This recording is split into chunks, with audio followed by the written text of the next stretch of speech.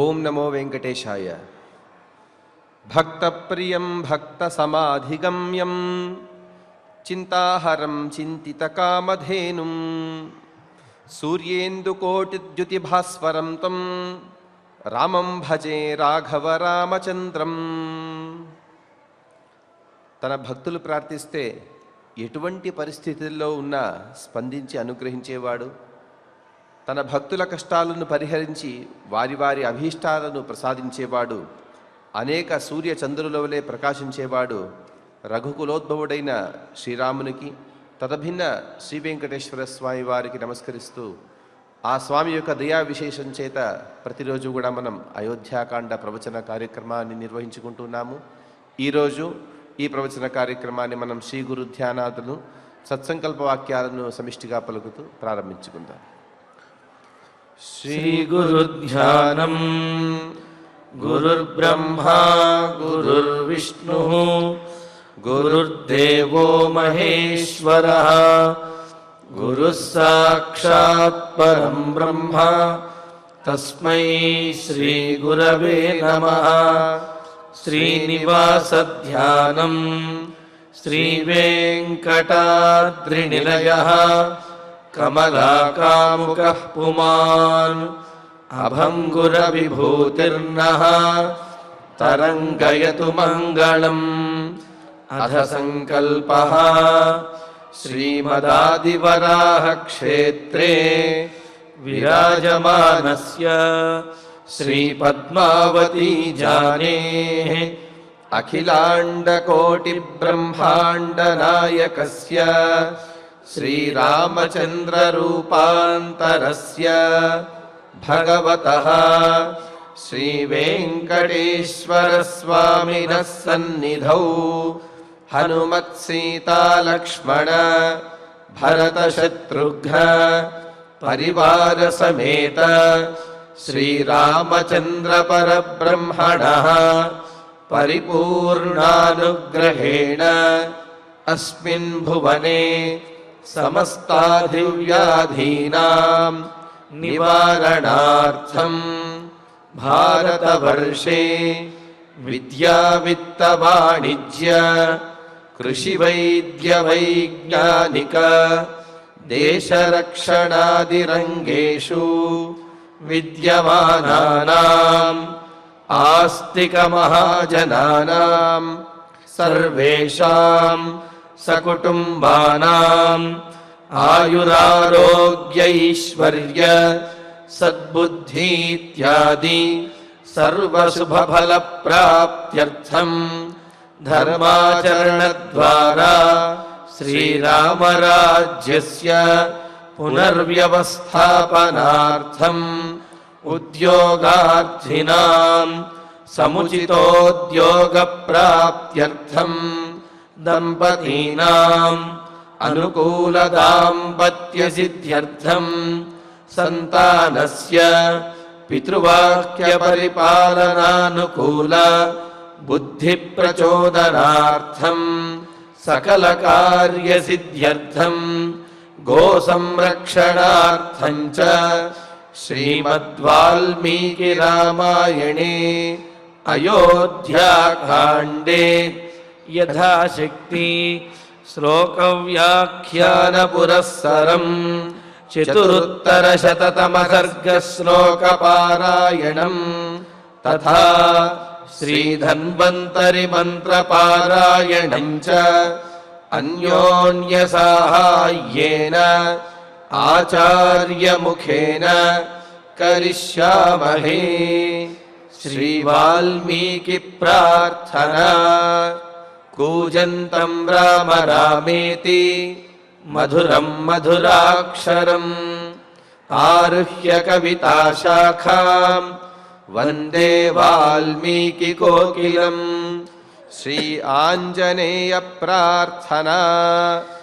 మనోజవం మారుతతుల్యవేగం జితేంద్రియం బుద్ధిమతాం వరిష్టం వాతాత్మజం వానరయూథముఖ్యం శ్రీరామదూతం శిరసా నమామి. శ్రీరామాయణ ప్రార్థనా. వాల్మీకిగిరి సంభూత రామసాగరగామిని పునాతి భువనం పుణ్యా రామాయణ మహానది శ్రీరామ ప్రార్థనా అయోధ్యాఖ్యేతు గుర్వర్ధే త్యక్త్వా రాజ్యం గిరౌ వసన్ పాదుకే భరతాయాదాత్ సరామ శరణం మమ శ్రీరామచంద్ర పరబ్రహ్మణే నమః. అథ శ్రీమద్ రామాయణే ఆదికావ్యే అయోధ్యాకాండే చతురుత్తరశతతమః సర్గః. శ్రీమన్నారాయణ చరణౌ శరణం ప్రపద్యే. శ్రీమతే నారాయణాయ నమః. శ్రీరామాయ నమః.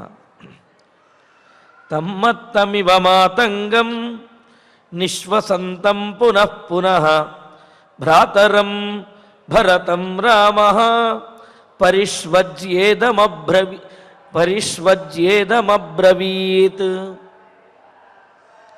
భరతుడు రామచంద్రమూర్తి దగ్గరికి వచ్చి, మరి చిత్రకూట పర్వతంలో ఉన్నాడు కదా రాముడు, అందరూ కూడా భరతుడు తన పరివారం అందరితో కలిసి వచ్చేశాడు.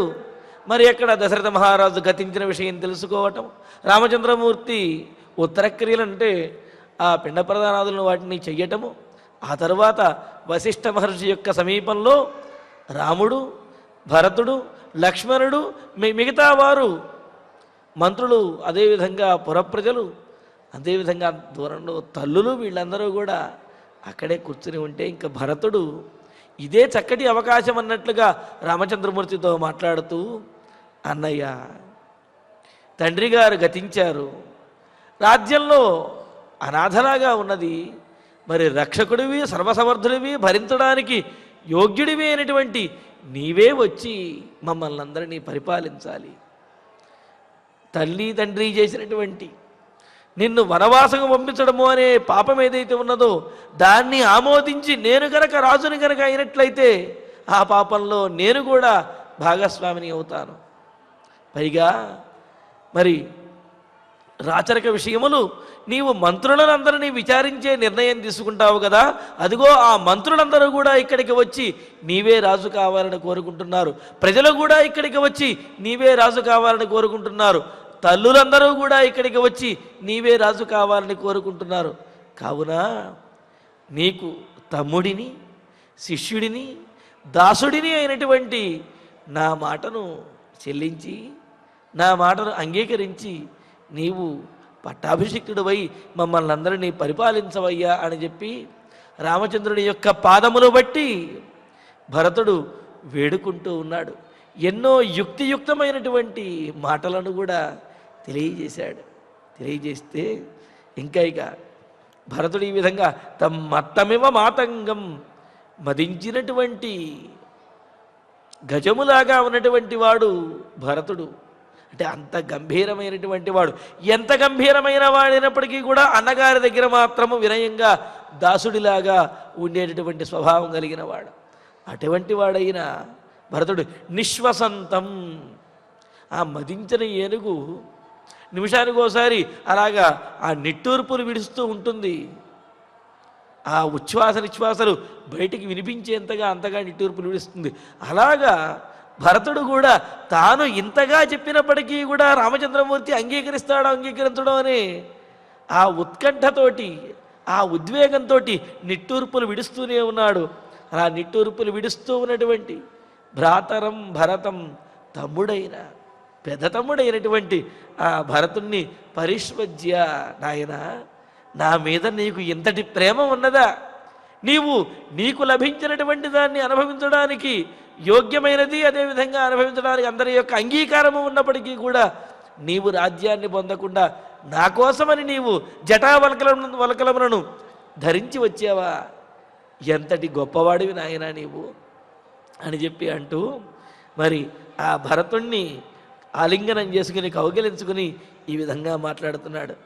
ఏమన్నావు నాయనా భరత, నీవు రాజ్యాన్ని గనక నీవు పొందినట్లయితే పాపం చేసినటువంటి వాడి అవుతాను అని చెప్పి అనుకున్నావు కదా, నీలో ఎటువంటి పాపము అనేది లేదు. ఎందుకంటే చెబుతున్నాడు, కులీన సత్వ సంపన్న తేజస్వీ చరితవ్రత రాజ్యహేతో కథం పాపం ఆచరేత్వద్విధో జన. భరత, ఉత్తమమైనటువంటి మన ఇక్ష్వాకు కులంలో జన్మించినటువంటి వాడివి నీవు. సత్వసంపన్న, సత్వగుణ పరిపూర్ణుడవు, ఎంతో బలము కలిగినటువంటి వాడివి. ఇక్కడ సత్వశబ్దానికి బలము అనే అర్థం కూడా ఉన్నది కదా. అందుకనే చూడండి, జ్ఞానే మౌనం క్షమా శక్తౌ అని అన్నట్లుగా శక్తి ఉంటే సరిపోదు, ఎంత శక్తి ఉన్నప్పటికీ కూడా దానికి తగినటువంటి క్షమాగుణం అంటే ఏమిటి, ఓర్పు అనేది ఉండాలి. అంతేగాని అడవిలో దున్నపోతుల్లాగానో లేకపోతే మదించినటువంటి ఏనుగుల్లాగానో శక్తి ఉంది కదా అని దేన్ని పడితే దాన్ని పొడుస్తూ ఉండటము, ఆ శక్తిని తట్టుకోలేక తేట తీర్చుకోవటం కోసం అని చెప్పి పోట్లాట్లు పెట్టుకోవటము, ఇలాంటివి చేసినట్లయితే అది అదుపు తప్పినటువంటి శక్తి అవుతుంది. కానీ శక్తి కలిగి ఉండి క్షమాగుణం అంటే ఓర్పుతో ఉన్నటువంటి వాడే నిజమైనటువంటి శక్తి. మొదలంటే ఏమిటి, ఆ శక్తిని భరించగలిగే శక్తి కూడా, ఆ మానసికమైనటువంటి నిబ్బరం కూడా ఉండి తీరాలి. అంతేగాని శక్తి ఉంది కదా అని విచ్చలవిడిగా వ్యవహరిస్తే అది సరైనటువంటి లక్షణం కాదు. ఇక్కడ చూడండి, సత్వసంపన్న అంటే ఎంతో బలపరాక్రమములు కలిగిన వాడు, సత్వసంపన్న సాత్వికమైనటువంటి గుణములు కూడా కలిగినటువంటి వాడైన, సత్వగుణం కలిగినటువంటి వాడైన, తేజస్వి క్షాత్రం తేజస్సుతోటి ఉట్టిపడేవాడు, తేజస్శాలి అయినటువంటి వాడు, చరితవ్రత అనేకమైనటువంటి ధర్మములు వ్రతములు తెలిసినవాడు, అన్నింటినీ కూడా ఆచరించేవాడు. కేవలం తెలుసుకోవటమే కాదు, ఆచరించడంలోనే అసలు విషయం అనేది ఉన్నది. అందుకనే ఆ ధర్మములన్నీ కూడా ఆచరించడంలో నేర్పలేనివాడు అయినా త్వద్విధ. నాయన, ఇంతటి గొప్ప లక్షణములు కలిగిన నీబోటి వాడు, నీలాంటి వాడు రాజ్యహేతో పాపం కథమాచరేతు, రాజ్యం కోసమని పాపం ఆచరిస్తాడు అని చెప్పి నేను అనుకుంటానా? రాజ్యం కోసం భరతుడు పాపం చేస్తాడు అని ఈ లోకం అనుకుంటుందా? ఎట్టి పరిస్థితుల్లో అనుకోదు. నీ యొక్క లక్షణము, నీ యొక్క సద్గుణములు నాకు తెలుసు, ఈ లోకానికి కూడా తెలుసు. కావున నీబోటి వాడు తప్పు చేస్తాడని కానీ పాపం చేస్తాడని కానీ ఎవ్వరూ అనుకోరు. అంటే ఏమిటి? రాజ్యసింహాసనంలో కనుక భరతుడు కూర్చున్నట్లయితే రాముణ్ణి వనవాసానికి పంపించేటటువంటి పాపంలో భరతుడికి కూడా భాగం ఉన్నది అని చెప్పి లోకమందరూ కూడా దుమ్మెత్తిపోస్తారు అని చెప్పి భరతుడు అన్నాడు కదా. ఆ పాపాన్ని తాను కూడా ఆమోదించినట్లు అవుతుంది. కర్త కారయిత చేవ ప్రేరకశ్చానుమోదక అన్నట్లుగా మందర ప్రేరేపించింది, కైకేయి చేయించింది, దశరథుడేమో వెళ్ళమని చెప్పి చేశాడు. మరి దాన్ని ఆమోదించి సింహాసనం మీద కూర్చుంటే ఆ పాపం తనకు కూడా చుట్టుకుంటుంది అని చెప్పి భరతుడు అన్నాడు కదా. దానికి రామచంద్రుడు అంటున్నాడు, నీకు ఎటువంటి పాపము కూడా నీకు చుట్టుకోదు నాయనా, నువ్వు అసలు పాపము చెయ్యవు, రాజ్యకాంక్ష నీకు లేనే లేదు అని చెప్పి అంటూ, రాజ్యకారణంగా నువ్వు అలా చేస్తావని ఎవరో అనుకోరు నాయనా, నీకే పాపము కూడా ఉండదు. ఎందుకు అంటే, నదోషంత్వయి పశ్యామి సూక్ష్మమపి అరిసూదన నచాపి జననీం బాల్యాత్ త్వం విగర్హితుమర్హసి. నాయన అరిసూదన అని అంటూ, అంటే శత్రువులను సంహరించడంలో గొప్ప శక్తిమంతుడా భరత, త్వయి సూక్ష్మం అపి దోషం నపశ్యామి, నీలో చిన్నపాటి దోషము కూడా, ఇసుమంతైనా సరే దోషము నీలో లేదు. అటువంటి దోషం నీలో కనిపించదు. లేదు, కనిపించదు అంటే కనిపించకుండా ఉందని అర్థం వస్తుంది. అందుకనే చెబుతున్నారు, లేనే లేదు, నాకు అసలు కనిపించదు, నీలో దోషం అనేదే లేదు. త్వం బాల్యాత్ జననీం విగర్హితం నార్హసి, నీవేమో తల్లిదండ్రులు తప్పు చేశారు, ఆ తప్పును నేను అంగీకరించను అని చెప్పి ఈ విధంగా భావిస్తూ ఉన్నావు. అలా భావించి నీవు తల్లిని ముఖ్యంగా తల్లిని నిందిస్తూ ఉన్నావు. ఇది నీ బాల్యచేష్ట, పిల్లతనంతో నువ్వు ఈ విధంగా బాల్యచేష్టలతోటి తల్లిని నిందిస్తున్నావు. అంతేగాని ఇందులో ఆంతర్యాన్ని తెలుసుకోలేకపోతున్నావు. త్వం బాల్యాత్, నీవు చిన్నతనంతో అజ్ఞానంతో జననీం విగర్హితం నార్హసి, ఇలాగ తల్లిని తిట్టడం అనేది, నిందించడం అనేది ఏమాత్రము సమంజసము కాదు అని అంటూ ఇంకా అంటున్నాడు. ఏమిటి? దశరథ మహారాజు నన్ను వనవాసానికి పంపించాడని కదా, దానికి కైకేయి ఈ విధంగా చేయించిందని కదా నువ్వు అంటున్నావు. తల్లిదండ్రులు మరి కుమారుణ్ణి అయినటువంటి నన్ను వనవాసానికి పంపించడం అనేది పెద్ద పాపంలాగా నువ్వు చెబుతున్నావు కదా, అసలు విషయం చెబుతాను విను అని అంటూ, కామకారో మహాప్రాజ్ఞ గురూణాం సర్వదా నఘ ఉపపన్నేషు దారేషు పుత్రేషు చ విధీయతే. అనగా ఎటువంటి పాపము లేనటువంటి ఓ భరత, పాపపు ఆలోచన కూడా లేనటువంటి వాడివి నువ్వు, అంత పరమ పవిత్రమైనటువంటి ఓ భరత, మహాప్రాజ్ఞ, కేవలము సత్వగుణమే కాదు, నీలో గొప్ప ప్రజ్ఞ కూడా ఉన్నదంటే తెలివితేటలు బుద్ధి బాగా కలిగిన వాడివి, ఆలోచన శక్తి కలిగిన వాడివి. నా మీద ఉన్నటువంటి ప్రేమతోటి ఈ విధంగా నీవు తల్లిదండ్రులను నిందిస్తూ ఉన్నావు, కానీ నువ్వు గొప్ప ప్రజ్ఞావంతుడు, బుద్ధిశాలివి నాయన. గురూణాం సర్వదా దారేషు పుత్రేషు ఉపపన్నేషు కామకార విధీయతే. పెద్దవారికి, యజమానికి, అలాగే తండ్రికి ఒక అధికారం ఉంటుంది, నీకు తెలియదా?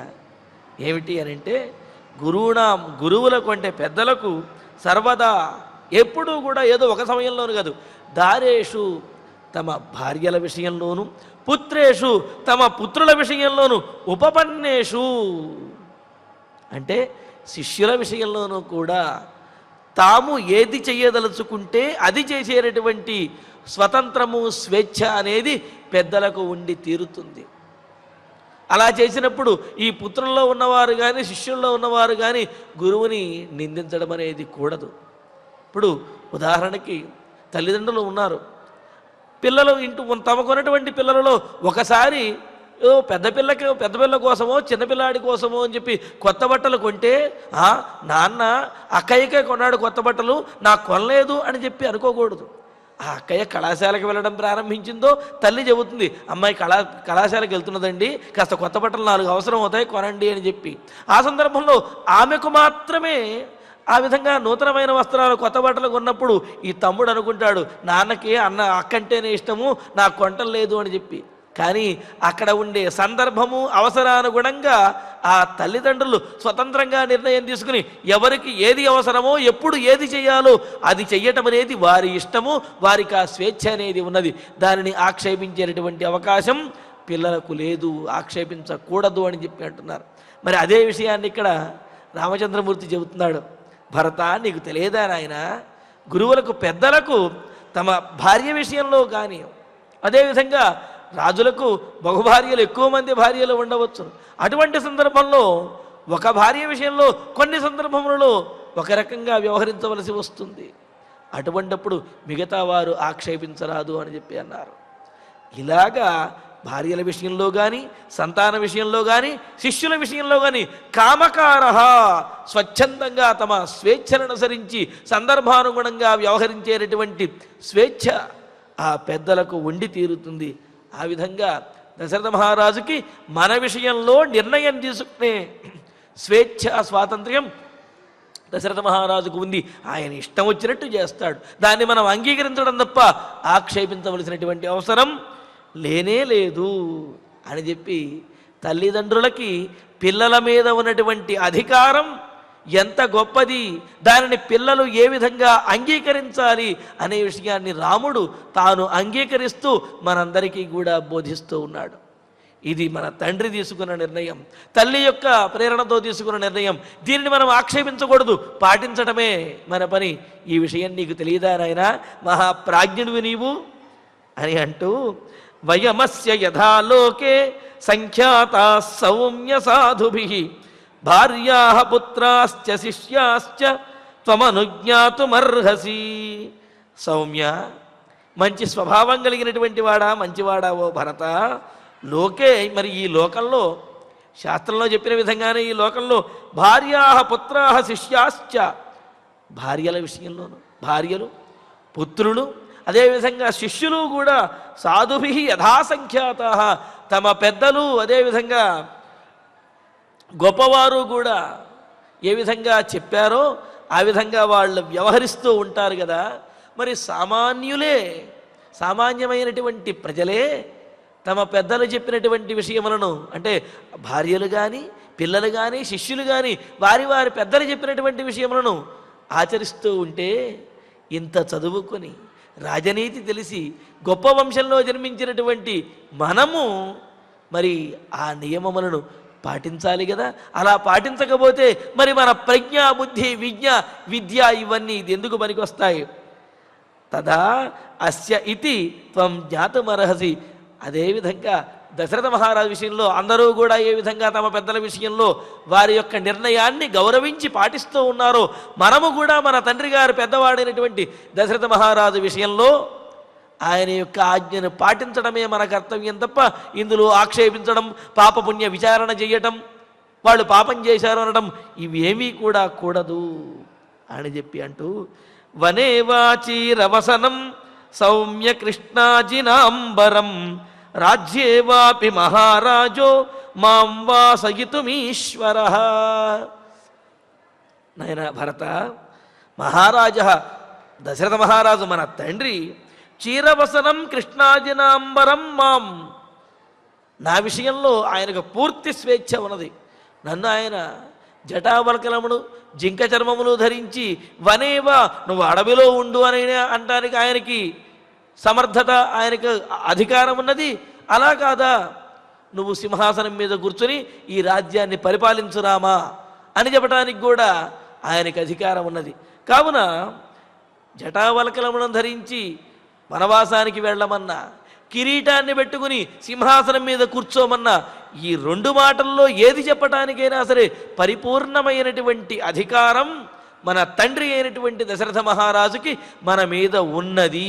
కావున ఆయన ఏది చెబితే అది ఆచరించడమే మన కర్తవ్యం తప్ప ఆయన చెప్పిన దాన్ని ఆక్షేపించడం అనేది అది పుత్రుల యొక్క లక్షణము కాదు. అందుకని అంటాడు కదా రాముడు, స్వపుత్ర కురుతే పితుర్యదివచ కస్తత్ర భో విస్మయ అని అంటూ, మరి పట్టాభిషేకం లేదు నాయన, నువ్వు అడవికి వెళ్ళాలి అనగానే రాముడు ఏమీ మాట్లాడకుండా వనవాసానికి వెళ్ళిపోతుంటే ప్రజలందరూ కూడా ఆశ్చర్యపోతుంటే రాముడు అంటాడు, మా నాన్న మాట నేను వింటే అదేదో పెద్ద ఘనకార్యం చేసినట్లుగా ఈ ప్రజలందరూ కూడా నన్ను పొగుడుతూ ఉన్నారు, వారికి నా మీద ఉన్న అభిమానంతో అలా పొగుడుతున్నారు, కానీ ఇది పొగడవలసినంత గొప్ప విషయమేమీ కాదు, మా నాన్న చెప్పాడు నేను విన్నాను అంతే అని చెప్పి రాముడు భావించాడు. అంతటి అంటే తల్లిదండ్రులకి పిల్లల మీద ఎంతటి అధికారం ఉన్నది అనే విషయాన్ని రాముడు తెలియజేస్తూ తాను పాటిస్తూ చెబుతూ ఉన్నాడు.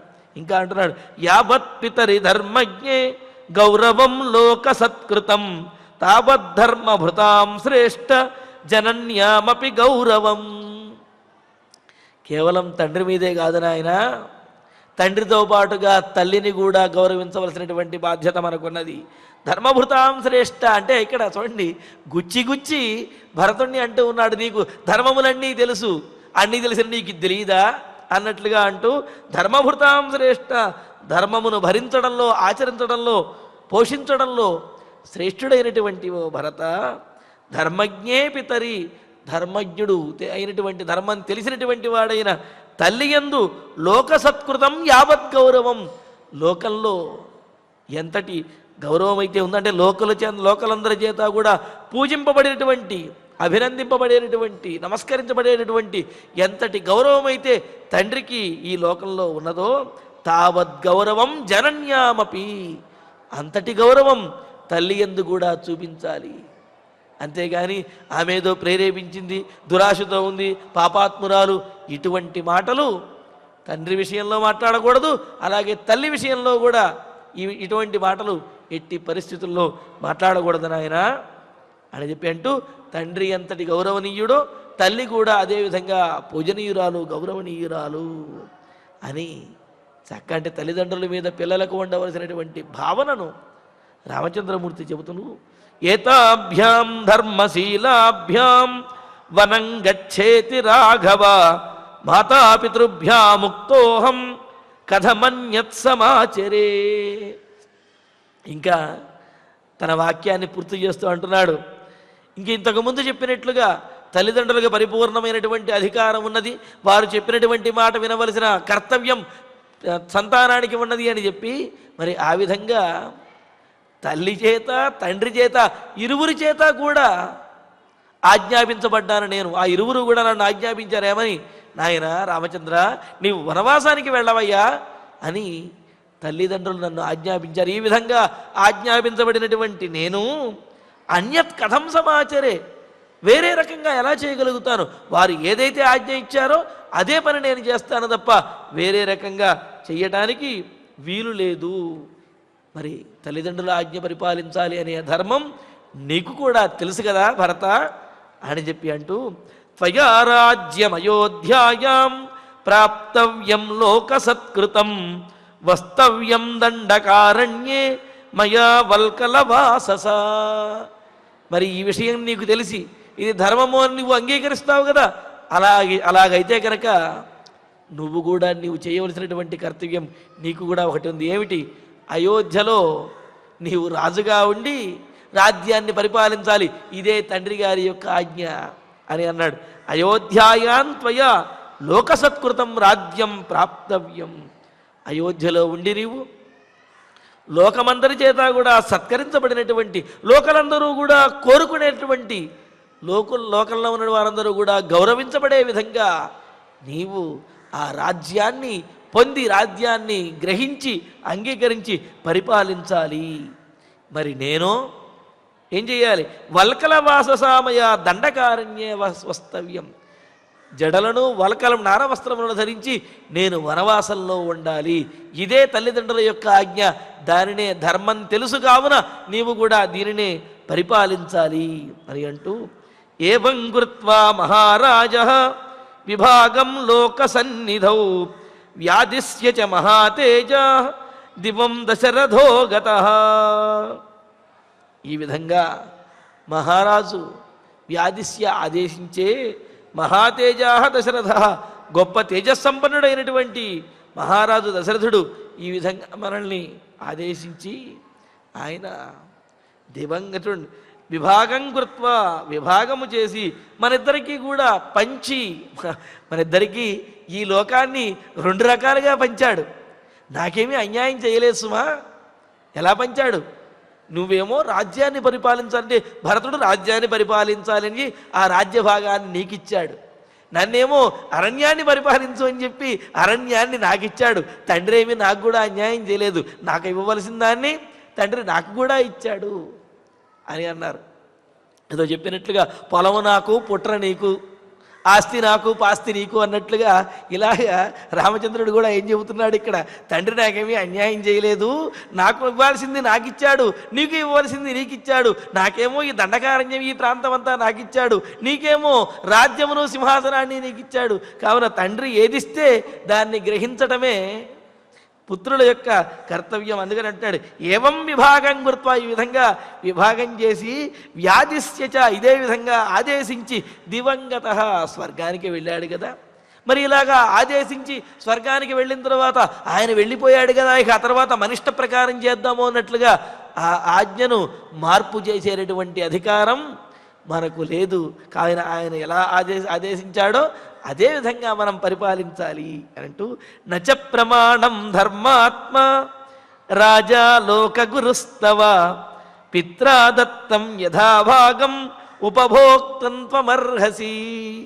ధర్మాత్మ లోకగురు సరాజ, ధర్మాత్ముడు లోకమందరి చేత కూడా గౌరవించబడినటువంటి వాడు అయిన మన ఆ దశరథ మహారాజు మన తండ్రి తవచ మమచ ప్రమాణం, నీకైనా నాకైనా మన నాన్నగారి మాటే ప్రమాణం. ఆయన ఏది చెబితే చేయాలి. నాన్నగారు నీకు ఏ భాగం ఇచ్చారో ఆ భాగాన్ని నువ్వు అనుభవించు, ఆ భాగానికి నువ్వు పరిపాలించు. నాకు ఏ భాగాన్ని ఇచ్చారో ఆ భాగాన్ని నేను పరిపాలించుకుంటాను, అంటే ఆ భాగంలో నేను ఉంటాను. ఉపభోక్తం అర్హసి, తండ్రి ఇచ్చినటువంటి భాగాన్ని, ఆ రాజ్యాన్ని నీవు గ్రహించి స్వీకరించి పరిపాలించడమే నీ కర్తవ్యము. తండ్రి చెప్పినటువంటి ఆజ్ఞను పాటించి దండకారణ్యంలో, ఈ అరణ్యంలో నేను వనవాసం చేయటమే నా బాధ్యత, నా కర్తవ్యము అని చెబుతూ, చతుర్దశ సమాసౌమ్య దండకారణ్యమాశ్రిత ఉపభోక్ష్యేత్వహం దత్తం భాగం పిత్రా మహాత్మన. నాయనా, తండ్రి గారు ఇచ్చినటువంటి భాగాన్ని నేను ఊరికినే విడిచిపెట్టను. 14 సంవత్సరములు కూడా పరిపూర్ణంగా తండ్రి గారు ఇచ్చినటువంటి ఈ భాగం మొత్తాన్ని కూడా నేను అనుభవించి పరిపాలించి ఆ తరువాత ఆలోచిస్తాను అని అంటూ సౌమ్య స్వభావం కలిగినవాడ. అహంతు నేనైతే, నువ్వైతే మాత్రం తండ్రి గారు చెప్పినటువంటి మాట చెయ్యాలా వద్దా అని చెప్పి ఇన్ని రకాలుగా ఆలోచిస్తున్నావు, కానీ నాకైతే వేరే ఆలోచన ఏమీ లేదు. తండ్రి ఇచ్చినటువంటి భాగాన్ని స్వీకరించడమే నా కర్తవ్యంగా అనుకుంటున్నాను, నీవేమో స్వీకరించడం లేదు. మరి దండకారణ్యం నాకు ఇచ్చాడు కావున ఆ దండకారణ్యమాశ్రిత, దండకారణ్యానికి చేరి మహాత్మనా పిత్రా దత్తం భాగం, మహాత్ముడైనటువంటి మన తండ్రి గారు ఇచ్చినటువంటి ఆ భాగమును, వనవాసమనే నా వంతును ఉపభోక్ష్యే, సంతోషంగా నేను అనుభవిస్తాను, సంతోషంగా ఈ వనవాసాన్ని గడుపుతాను అని అంటూ, యదబ్రవీన్మాం నరలోక సత్కృత పితా మహాత్మా విబుధాధిపోపమః తదేవ మన్యే పరమాత్మనోహితం న సర్వలోకేశ్వర భావమప్యహం. ఇంకా అంటున్నాడు, నాయన భరత, నరలోక సత్కృత, సమస్తమైనటువంటి ఈ మానవలోకంలో ఉన్న అందరి చేత కూడా నమస్కరించబడినవాడు, అందరి చేత పూజింపబడినవాడు అయిన మన తండ్రి మహాత్ముడైనటువంటి వాడు, విబుధాధిపోపమః, దేవతలకు అధిపతి అయినటువంటి ఇంద్రునితోటి సమానమైన వాడు. అంటే ఏమిటి? ఈ లోకాన్ని పరిపాలించడం కాదు, సమస్తమైనటువంటి లోకములను కూడా సమానంగా ఎటువంటి పక్షపాత బుద్ధి లేకుండా పరిపాలించగలిగిన సర్వసమర్థుడు మన తండ్రి గారు. అటువంటి తండ్రి, లోకములన్నింటినీ కూడా పాలించగలిగినటువంటి తండ్రి ఈ భూలోకంలో తాను రాజుగా ఉండి తాను విభాగం చేసి ఇచ్చినటువంటి భాగాలను మనం గ్రహించి తీరాలి. పితా మామ్యదబ్రవీతు, అటువంటి తండ్రి నాకు ఏదైతే చెప్పాడో, ఏ మాట చెప్పాడో, తదాత్మనః పరం హితం అహం మన్యే, దాన్ని ఆచరించడమే నాకు హితకరమైనటువంటిది, ఇతరులకు మిగతా వారికి కూడా అదే హితకరమైనది అని చెప్పి నేను భావిస్తున్నాను తప్ప వేరే రకంగా సర్వలోకేశ్వర భావమపి, తండ్రి చెప్పినటువంటి మాటను పక్కన పెట్టేసి ఈ లోకంలో ఏదో గొప్పగా రాజునవ్వాలి అనో, అధికారాన్ని పొందాలి అనో, సమస్తమైనటువంటి లోకాల మీద అధికారం వచ్చినప్పటికీ కూడా నేను గ్రహించను. అయోధ్య రాజ్య సింహాసనం మాత్రమే కాదు, సమస్తమైనటువంటి లోకముల మీద ఆధిపత్యం వచ్చినా సరే నేను స్వీకరించను. తండ్రి ఏదైతే చెప్పాడో దానిని మాత్రమే నేను పరిపాలిస్తాను. అహం మన్య, నేను అలాగే అనుకుంటున్నా అని అంటున్నాడు. ఏమని? సర్వలోకేశ్వర భావమపి అహం నమన్యే, సమస్త లోకాల మీద అధికారం వచ్చినా నేను ఆ అధికారాన్ని స్వీకరించను. మరి నా కర్తవ్యం ఏమిటి? తండ్రి గారు చెప్పినటువంటి మాటను వినడమే నా కర్తవ్యము, నీ కర్తవ్యం కూడా అదే. కావున నీకు ఇచ్చినటువంటి భాగాన్ని నీవు పొంది ఆ రాజ్యాన్ని పరిపాలించు, నాకు ఇచ్చినటువంటి ఈ వనవాస దీక్షను నేను పరిపాలించి పితృవాక్య పరిపాలన చేసి నేను ఉంటాను అని చెప్పి అన్నాడు. మరి భరతుడు ఈ విధంగా, భరతునితోటి రామచంద్రమూర్తి ఈ విధంగా భరతుడిని సమాధానపరుస్తూ తల్లిదండ్రుల యొక్క మాట వినడమే ప్రస్తుతం మన కర్తవ్యం, వేరే ఆలోచన వద్దు అని చెప్పి అన్నాడు. దీనితోటి మనకు ఈ సర్గ 104వ సర్గ పూర్తవుతున్నది.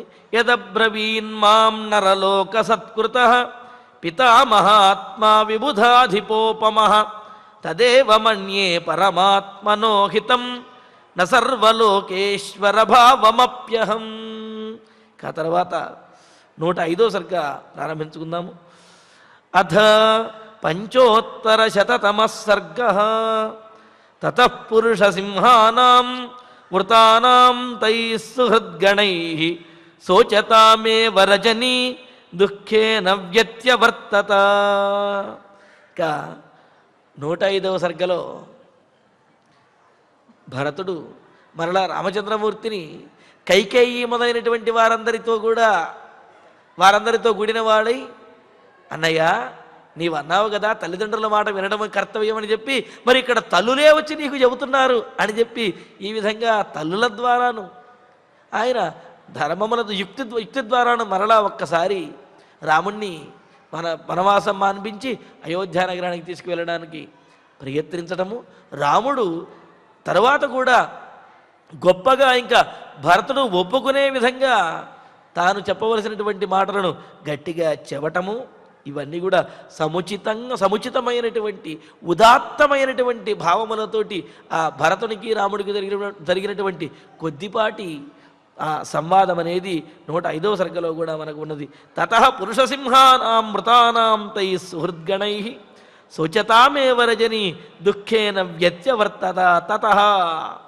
ఇంకా ఈ విధంగా తై సుహృద్గణై వృతానాం పురుషసింహానాం శోచతామేవ, ఇంకా మిత్రులైనటువంటి అమాత్యులైనటువంటి గురువులు వీళ్ళందరితోటి కూడా గొప్పవారైన, మంత్రాంగం చేయటంలో ఎంతో గొప్పవారు, మాట్లాడటంలో ఎంతో చాతుర్యం కలిగినటువంటి వారైన ఇంతమందితో కూడినటువంటి వారై అలాగే అందరూ కూడా ఇలాగ దుఃఖిస్తూనే ఉండగా రజనీ దుఃఖేన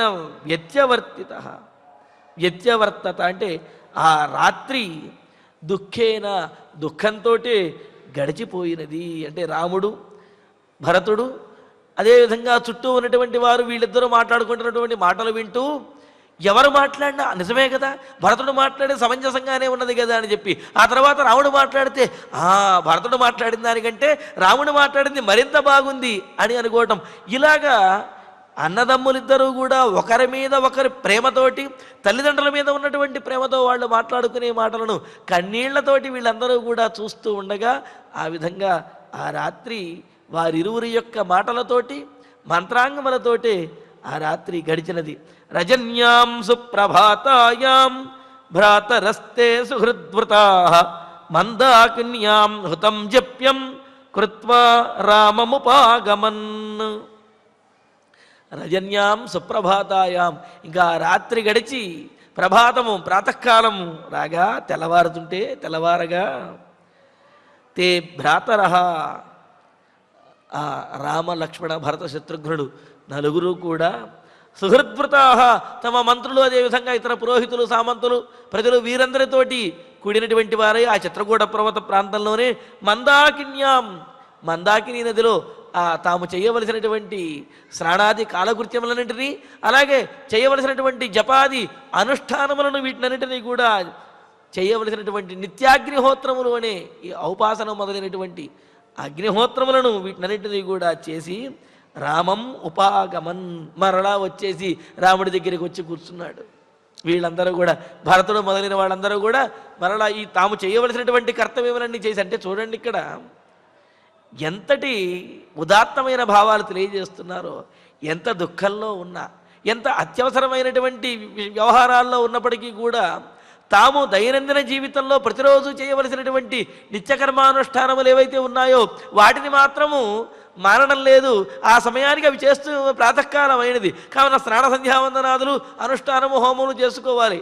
వాటిని ఆ సమయంలో వాటిని ఆచరించేసి మరలా తమ కర్తవ్యాలు, మిగతా కర్తవ్యాలు ఏవైతే ఉన్నాయో వాటి గురించి మరలా ఇప్పుడు ప్రయత్నిస్తున్నారు. అంతేగాని రాముడితో మాట్లాడాలి, ఇప్పుడు బిజీగా ఉన్నాము, మనసు బాగుండలేదు కాబట్టి అనుష్ఠానాన్ని పక్కన పెట్టేస్తాము అనే ఆలోచన లేదు. ఎంతటి దుఃఖంలో ఉన్నా, ఎక్కడ ఉన్నా, ఏ పరిస్థితుల్లో ఉన్నప్పటికీ కూడా ఉన్నటువంటి దాంట్లోనే తాము చేయవలసినటువంటి అనుష్ఠానములను తాము చేస్తూ ఉన్నారు. ఆ విషయాన్ని ఇక్కడ మనకు తెలియజేస్తూ ప్రాతకాలంలో ఆ మందాకిని తీరంలో స్నాన సంధ్యావందనాదులను అదేవిధంగా జప హోమాదులను చక్కగా నిర్వర్తించుకుని మరల రామముపాగమన్, రాముడి దగ్గరికి వచ్చి చేరారు.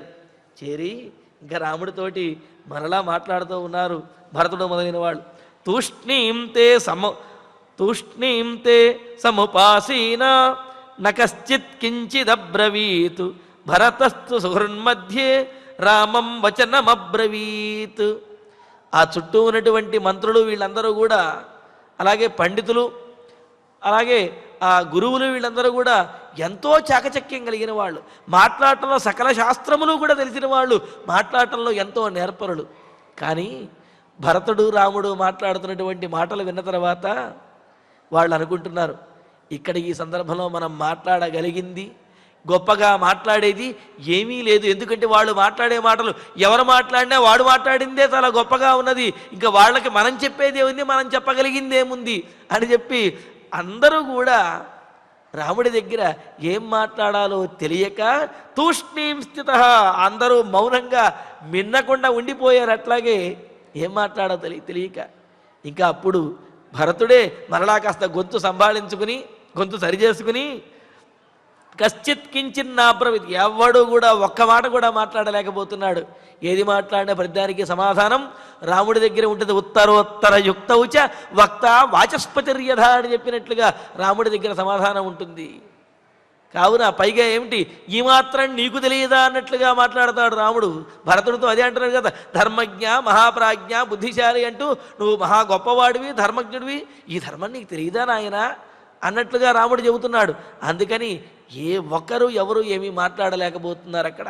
కానీ భరతుడు మాత్రం భరతుడైతే ఇక ఉండబట్టలేని వాడై సుహృన్మధ్యే తన స్నేహితులు అదేవిధంగా వీరందరి మధ్య నుండి ఆయన లేచి రామం వచనం అబ్రవీత్, రాముడితోటి మరలా ఈ విధంగా మాట్లాడుతూ సాన్వితా మామికా మాత దత్తం రాజ్యమిదం మమ తద్దదామి తవైవాహం భుంక్ష్వరాజ్యమకంటకం.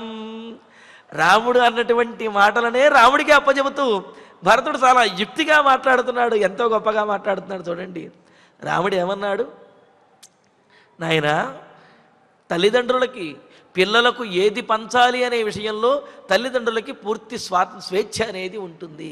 వాళ్ళు ఏది ఇస్తే అది తీసుకోవటమే పిల్లల యొక్క బాధ్యత. నీకు రాజ్యాన్ని ఇచ్చాడు కాబట్టి రాజ్యాన్ని తీసుకో, నాకు వనవాసం ఇచ్చారు కాబట్టి నేను వనవాసం తీసుకుంటాను, ఇలా గ్రహించాలి అని ధర్మజ్ఞుడమైనటువంటి నీకు తెలియదా అని అన్నాడు. అని అంటే మరి ఆ విషయాన్ని గుర్తుంచుకుని భరతుడు ఇప్పుడు మాట్లాడుతూ ఉన్నాడు, అలాగే అన్నయ్య, తండ్రి ఇచ్చినటువంటి రాజ్యాన్ని నేను తీసుకుంటాను, నీవు అన్నట్లుగానే తీసుకుంటాను. అయితే నాకు ఇచ్చినటువంటి రాజ్యం మీద నాకు మాత్రమే అధికారం ఉండదు, నాకు గురువు అయినటువంటి అన్నగారు అయినటువంటి నీకు కూడా అధికారం ఉంటుంది. అలాగే నాకు రాజ్యం ఇచ్చారంటున్నావు కదా, కాబట్టి ఆ రాజ్యాన్ని నేను ఎవరికైనా ఇవ్వచ్చు. నాకు ఇచ్చేవరకే తండ్రి గారికి ఆ రాజ్యం మీద అధికారం, నాకు ఇచ్చిన తర్వాత ఆ రాజ్యం నాది అని కదా నీ ఉద్దేశం కూడా. మరి నాకు ఇచ్చినటువంటి నాదిగా నువ్వు భావిస్తున్నటువంటి ఈ రాజ్యాన్ని నేను నీ పాదముల చెంత ఉంచేస్తాను, కావున నా మాటను అంగీకరించి దీన్ని నీవు గ్రహించు. పోనీ నేనిస్తున్నానే అనుకో, తండ్రి ఇస్తున్నాడు అనుకోవద్దు, నేనిస్తున్నాను అనుకునే నువ్వు తీసుకో. అప్పుడు నేను తండ్రి గారి మాట పాటించిన వాడిని అవుతాను, నువ్వు నా కోరిక తీర్చినటువంటి వాడి అవుతావు. ఇప్పుడు తండ్రి మాటకు ఎదురు చెప్పిన వారి ఇద్దరము అవ్వము. కావున తండ్రి మాట ప్రకారం నేను రాజ్యాన్ని తీసుకుంటాను, తండ్రి మాట ప్రకారం నువ్వు వనవాసానికి కూడా వచ్చావు, అలాగే నేను కూడా నా ఇష్ట ప్రకారం ఈ రాజ్యాన్ని నీకు ఇస్తాను అని అన్నాడు.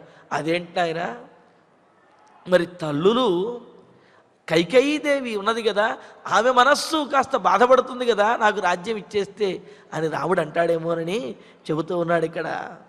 అంటే మామిక మాత, మా తల్లి కైకేయీదేవి ఎవరైతే ఉందో, కైకేయీదేవి అంటే రాముడికి పట్టాభిషేకాన్ని ఆపటానికి, అంటే రాముడికి రాజ్యం రావడానికి విరోధించినటువంటిది కైకేయీదేవి కనుక ఇప్పుడు కూడా కైకేయీదేవి రాముడికి భరతుడు రాజ్యాన్ని ఇస్తూ ఉంటే విరోధించవచ్చునేమో అనే ప్రశ్నకు సమాధానం చెబుతూ, మాతా నా తల్లి అయినటువంటి కైకేయీదేవి ఇప్పుడు నీకు రాజ్యాన్ని ఇస్తే విరోధించదు, ఆమె ప్రతికూలంగా ఉండదు అంటూ సాంత్విత, ఆమె అనునయించబడింది.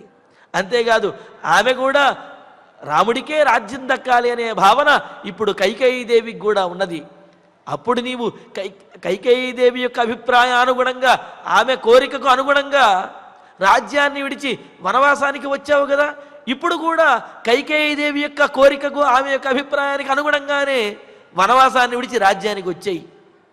ఇంతకుముందు చెప్పిన మాటే కదా, తల్లిదండ్రుల యొక్క మాట వినాలి అని చెప్పి, అప్పుడు కైకేయి మాట ఆ విధంగా, భావన అప్పుడు ఆ విధంగా ఉన్నది, అలాగే చేశావు, ధర్మమే.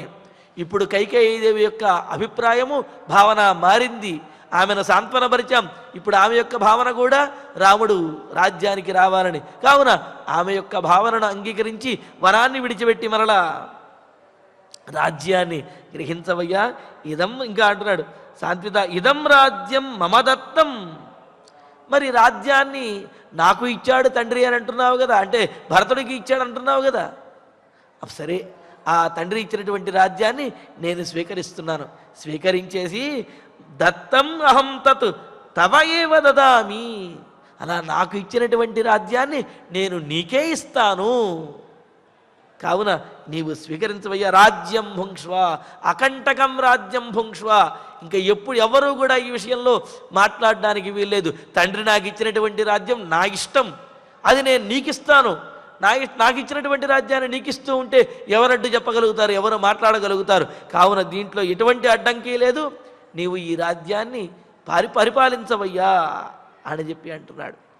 అదేంటి నాయన, నీకు ఇచ్చినటువంటి రాజ్యం నీదవుతుంది, కానీ నువ్వేదో బాల్య చాపల్యంతో నాకిస్తాను అంటే అది స్వీకరించేటటువంటి అర్హత, ఆ అధికారం నాకు ఉండదు కదా అని రామచంద్రుడు అంటాడు కదా. అందుకనే దానికి కూడా ధర్మశాస్త్రబద్ధమైనటువంటి మాటను మనకు చెబుతూ ఉన్నాడు. ఏమని అని అంటే, ఇంతకు ముందు సరుకులు ఏమని చెప్పాడు?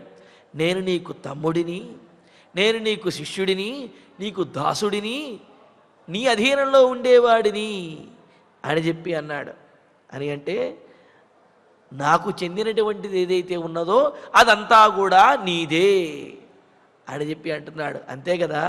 మరి పిల్లలకు సంబంధించినటువంటి ఏదైనా సరే అది తల్లిదండ్రులకు చెందుతుంది, తల్లిదండ్రులకు సంబంధించినటువంటిది పిల్లలకు చెందుతుంది. అందుకనే తాదాత్మ్యంతో ఆనందిస్తూ ఉంటారు కదా. ఎందుకని? పిల్లలు ఏదైనా సాధిస్తే దాన్ని మేమే సాధించాము అని తల్లిదండ్రులు ఆనందిస్తారు. ఎందుకని? ఆ సాధించడంలో తల్లిదండ్రుల యొక్క పాత్రత, ఆ సాధించడంలో తల్లిదండ్రుల యొక్క గొప్పతనాన్ని లోకం కూడా కీర్తిస్తూ ఉంటుంది. కావున పిల్లల యొక్క గొప్పతనానికి కారణం తల్లిదండ్రులే. కావున వారికి దీని మీద పూర్తి అధికారం ఉంటుంది. అలాగే మరి నాకు అన్నగారివి, గురువువి, స్వామివి అయినటువంటి నీకు నా మీద పరిపూర్ణమైనటువంటి అధికారం ఉన్నది అని చెప్పన్నారు. ఇదే విషయాన్ని మనకు స్తోత్రరత్నంలో కూడా చెబుతారు. మమనాథ యదస్తి యోస్మ్యహం సకలం తద్ధి తవైవ మాధవ. మాధవ, నాది అనేది ఏదీ లేదు. పోనీ ఒకవేళ నాది అనేది ఏది ఉన్నది అనే భావన నాకు ఏదైనా ఉన్నట్లయితే అదంతా కూడా నీది, నువ్విచ్చిందే, నీకు సంబంధించిందే. అసలు నేనే నీ వాడినైనప్పుడు నాకు సంబంధించినవన్నీ కూడా నీవి కాకుండా ఇంకెవరి అవుతాయా? కావున భరతుడు కూడా అదే అన్నాడు కదా, నేనే నీ వాడినైనప్పుడు నాకు సంబంధించినటువంటిది నీది కాకుండా పోతుందా? అంతే కదా. భార్య భర్త సొత్తు అయినప్పుడు భార్యకు సంబంధించినవన్నీ కూడా భర్తకి సొత్తు అవుతాయి కదా. అలాగే భార్యకు భర్త సొత్తు అయినప్పుడు భర్తకు సంబంధించినవన్నీ కూడా భార్య సొత్తు అవుతాయి కదా. ఇలా పరస్పరము కూడా పరిపూర్ణమైనటువంటి అధికారములు ఉంటాయి కదా. అందుకనే మనకు ధర్మశాస్త్రం కూడా చెబుతున్నది, భార్యా పుత్రశ్చ దాసశ్చ త్రయేవ అధనాస్మృతాః అని చెప్పి అన్నారు. అంటే భార్య కానీ, పుత్రుడు కానీ, దాసుడు కానీ వీళ్ళందరూ కూడా అధనాహ, వాళ్ళకేమీ ధనం లేదు అని అన్నారట. అదేంటండి ధనం లేకపోవటం ఏంటి? తండ్రి గారు కోటీశ్వరుడైతే భార్య ఆయన యొక్క భార్య కానీ అతని యొక్క పుత్రులు కానీ కోటీశ్వరులు కాకుండా పోతారా? అవుతారు కదా.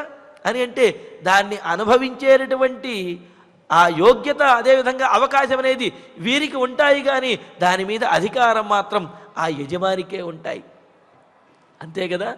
అలాగే మరి భృత్యుడనైనటువంటి నాకు ఈ రాజ్యాన్ని అనుభవించేటటువంటి యోగ్యత నువ్వు కల్పిస్తే నాకు ఉంటుంది, కానీ నాది అనిపించినప్పటికీ కూడా అది నీదే అవుతుంది. పరిపూర్ణాధికారం మాత్రం నీదే. అందుకనే భార్యా పుత్రశ్చ దాసశ్చ త్రయేవ అధనాస్మృతాః యత్తే సమధిగచ్చంతి యస్యతే తస్య తద్ధనం అని చెప్పి అంటూ వారికి ఏదైతే వారికి ప్రాప్తిస్తుందో అదంతా కూడా ఆ తల్లిదండ్రులకి చెందుతుంది. అంటే వారి యొక్క స్వామికి భార్య ఏదైనా సాధించినా, పిల్లలు సంతానం ఏదైనా సాధించినప్పటికీ కూడా అది ఆ యజమానికి చెందుతుంది అని చెప్పి అన్నారు. ఆ విధంగా మరి నాకు ఏదైనా ప్రాప్తించింది అంటే నాకు స్వామివి, గురువువి, అన్నగారమైనటువంటి నీకు దాని మీద పరిపూర్ణమైన అధికారం ఉన్నది. కావున అది నీకు నేను తెచ్చి ఇవ్వవలసినదే. ఎలాగైతే పిల్లలకు పాఠశాలలో ఏదో క్రీడల్లోనో లేకపోతే వక్తృత్వ పోటీల్లోనో వీటిల్లోనో గెలిచినప్పుడు ఏదైనా పెద్ద బహుమతి కప్పు తీసుకొచ్చారనుకోండి, వెంటనే పిల్లలు పరిగెత్తుకుంటూ వచ్చి ఏం చేస్తారు? నాన్న నాకు ఈ ప్రైజ్ వచ్చిందని చెప్పి తీసుకొచ్చి తండ్రికి ఇచ్చేస్తాడు. అంటే ఇది పిల్లవాడికి ఆ బహుమతి మీద ఎంతటి అధికారం ఉన్నదో ఈ తండ్రికి కూడా ఆ బహుమతి మీద అంతటి అధికారం ఉన్నది అనే విషయాన్ని పిల్లలే ఒప్పుకుంటారు. ఆ తండ్రికి కూడా ఆ భావన ఉంటుంది కదా. అదేవిధంగా దశరథ మహారాజు నాకు ఇచ్చినటువంటి రాజ్యం మీద నాకు అధికారం ఉన్నది అని ఏ విధంగా నీవు భావిస్తున్నావో, ఈ రాజ్యం మీద నీకు అధికారం ఉన్నది, ఇది నేను నీకే ఇచ్చేస్తాను, నువ్వే పరిపాలించాలి రామచంద్ర, ఈ విషయంలో నీకు ఎటువంటి సందేహం అవసరం లేదు అని చెప్పి మరి భరతుడు ఎంతో యుక్తియుక్తంగా చెబుతున్నాడు. భ్రాతు శిష్యస్య దాసస్య ప్రసాదం కర్తుమర్హసి అని ఇంతకుముందు సర్గలో కూడా అన్నాడు కదా. నీకు చెందినటువంటి, నాకు ప్రాప్తించినటువంటిది నీకు ఇవ్వటంలో ఎటువంటి ఆటంకము లేదు, కావున నీకు నాకు వచ్చినది అనుకునే ఈ రాజ్యాన్ని నీకు ఇచ్చేస్తాను, నువ్వు పరిపాలించు అన్నయ్యా అని అంటూ ఈ విధంగా ధర్మశాస్త్రాన్ని, యుక్తిని, అభిమానాన్ని, అదేవిధంగా ఆ సంతానము, అదేవిధంగా తమ్ముడు, శిష్యుడు, పెద్దల విషయంలో వీరికి ఉండవలసినటువంటి భావనను అన్నింటినీ కూడా ఆవిష్కరిస్తూ భరతుడు చాలా గొప్పగా మాట్లాడుతూ తనకు వచ్చినటువంటి రాజ్యాన్ని తానే స్వయంగా అన్నగారికి ఇచ్చేస్తాను అని చెప్పి అంటూ రాముడిని ప్రార్థిస్తున్నాడు. మరి దీనికి రాముడు ఏ సమాధానం చెప్పాడు అనే విశేషాన్ని తర్వాతి ప్రవచనంలో తెలుసుకుందాము. ఇక ఇప్పుడు ఆచార్యుల వారి ద్వారా శ్లోకాలను పారాయణ చేసుకుందాం. తమ్మత్తమివ మాతంగం తమ్మత్తమివ మాతంగం నిశ్వసంతం పునః పునః నిశ్వసంతం పునః పునః భ్రాతరం భరతం రామః భ్రాతరం భరతం రామః పరిష్వజ్యేదమబ్రవీత్ పరిష్వజ్యేదమబ్రవీత్ కులీనః సత్వసంపన్నః కులీనః సత్వసంపన్నః తేజస్వీ చరితవ్రతః తేజస్వీ చరితవ్రతః రాజ్యహేతోః కథం పాపం రాజ్యహేతోః కథం పాపం ఆచరేత్వద్విధో జనః ఆచరేత్వద్విధో జనః న దోషం త్వయి పశ్యామి న దోషం త్వయి పశ్యామి సూక్ష్మమప్యరిసూదన సూక్ష్మమప్యరిసూదన న చాపి జననీం బాల్యాత్ న చాపి జననీం బాల్యాత్ త్వం విగర్హితుమర్హసి త్వం విగర్హితుమర్హసి కామకారో మహాప్రాజ్ఞ కామకారో మహాప్రాజ్ఞ గురూణాం సర్వదా నఘ గురూణాం సర్వదా నఘ ఉపపన్నేషు దారేషు ఉపపన్నేషు దారేషు పుత్రేషు చ విధీయతే పుత్రేషు చ విధీయతే వయమస్య యథా లోకే వయమస్య యథా లోకే సంఖ్యాతాః సౌమ్య సాధుభిః సంఖ్యాతాః సౌమ్య సాధుభిః భార్యాః పుత్రాశ్చ శిష్యాశ్చ భార్యాః పుత్రాశ్చ శిష్యాశ్చ త్వమనుజ్ఞాతుమర్హసి త్వమనుజ్ఞాతుమర్హసి వనే వాచీరవసనం వనే వాచీరవసనం సౌమ్య కృష్ణాజినాంబరం సౌమ్య కృష్ణాజినాంబరం రాజ్యే వాపి మహారాజః రాజ్యే వాపి మహారాజః మాం వాసయితుమీశ్వరః మాం వాసయితుమీశ్వరః యావత్ పితరి ధర్మజ్ఞే యావత్ పితరి ధర్మజ్ఞే గౌరవం లోకసత్కృతం గౌరవం లోకసత్కృతం తావద్ధర్మభృతాం శ్రేష్ఠ తావద్ధర్మభృతాం శ్రేష్ఠ జనన్యామపి గౌరవం జనన్యామపి గౌరవం ఏతాభ్యాం ధర్మశీలాభ్యాం ఏతాభ్యాం ధర్మశీలాభ్యాం వనం గచ్ఛేతి రాఘవ వనం గచ్ఛేతి రాఘవ మాతాపితృభ్యాముక్తోహం మాతాపితృభ్యాముక్తోహం కథమన్యత్ సమాచరే కథమన్యత్ సమాచరే త్వయా రాజ్యమయోధ్యాయాం త్వయా రాజ్యమయోధ్యాయాం ప్రాప్తవ్యం లోకసత్కృతం ప్రాప్తవ్యం లోకసత్కృతం వస్తవ్యం దండకారణ్యే వస్తవ్యం దండకారణ్యే మయా వల్కలవాససా మయా వల్కలవాససా ఏవం కృత్వా మహారాజః ఏవం కృత్వా మహారాజః విభాగం లోకసన్నిధౌ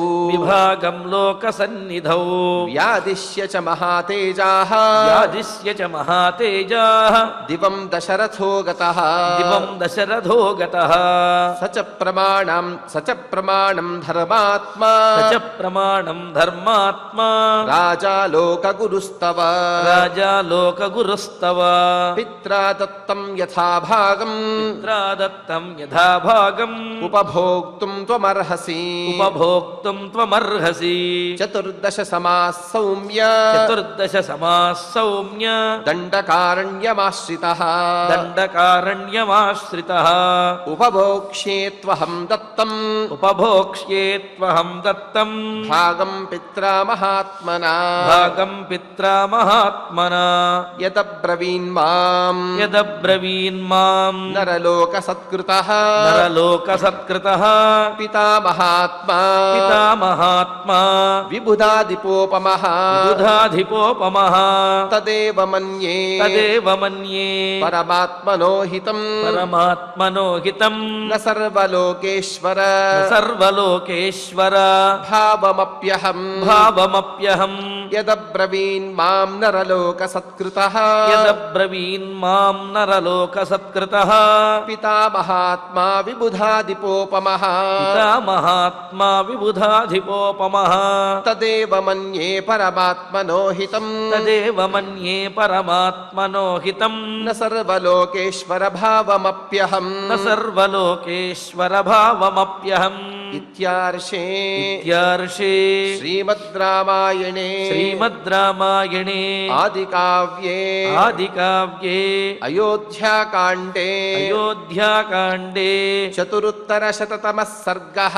చతురుత్తరశతతమః సర్గః అథ అథ శ్రీమద్ రామాయణే శ్రీమద్ రామాయణే ఆదికావ్యే ఆదికావ్యే అయోధ్యాకాండే అయోధ్యాకాండే పంచోత్తరశతతమః సర్గః పంచోత్తరశతతమః సర్గః తతః పురుషసింహానాం తతః పురుషసింహానాం వృతానాం తైర్సుహృద్గణైః వృతానాం తైః సుహృద్గణైః శోచతామేవ రజనీ శోచతామేవ రజనీ దుఃఖేన వ్యత్యవర్తత దుఃఖేన వ్యత్యవర్తత రజన్యాం సుప్రభాతాయాం రజన్యాం సుప్రభాతాయాం భ్రాతరస్తే సుహృద్వృతాః భ్రాతరస్తే సుహృద్వృతాః మందాకిన్యాం హుతం జప్యం మందాకిన్యాం హుతం జప్యం కృత్వా రామముపాగమన్ కృత్వా రామముపాగమన్ తూష్ణీం తే సముపాసీనాః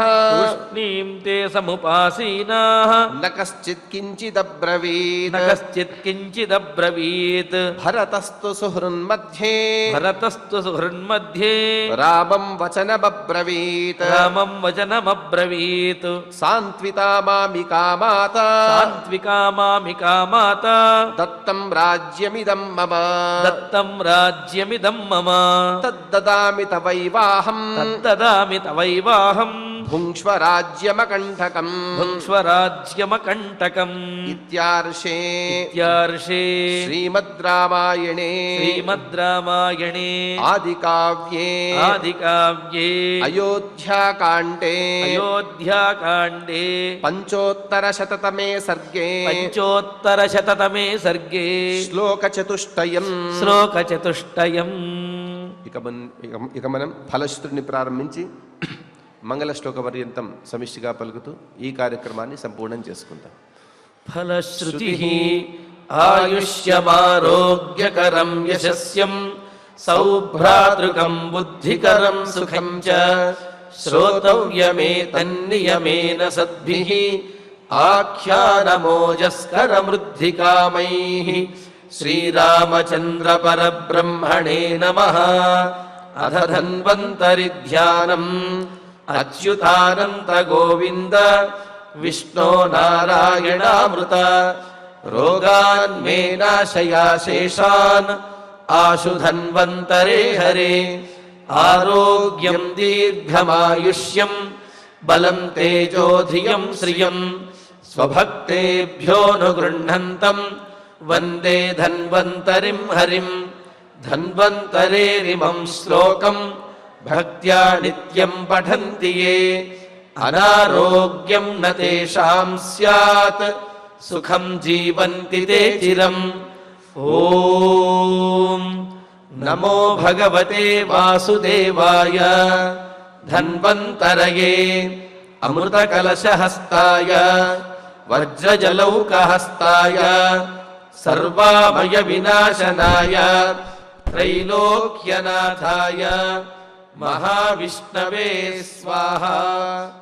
ఓం వాసుదేవాయ విద్మహే సుధాహస్తాయ ధీమహి తన్నో ధన్వంతరిః ప్రచోదయాత్.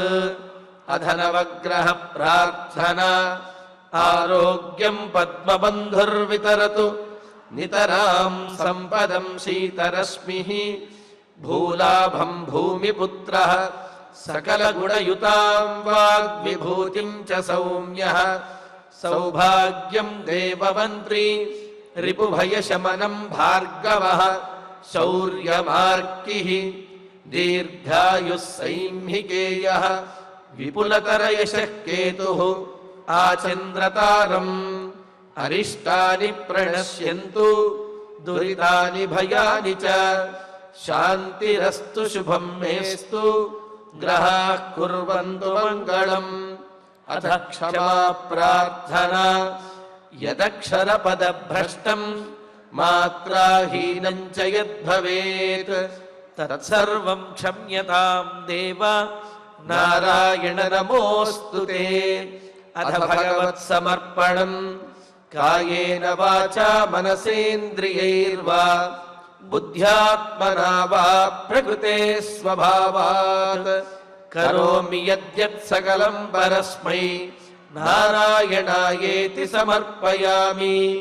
అథ మంగళం శ్రియః కాంతాయ కళ్యాణ నిధయే నిధయేర్థినాం. శ్రీవేంకట నివాసాయ శ్రీనివాసాయ మంగళం.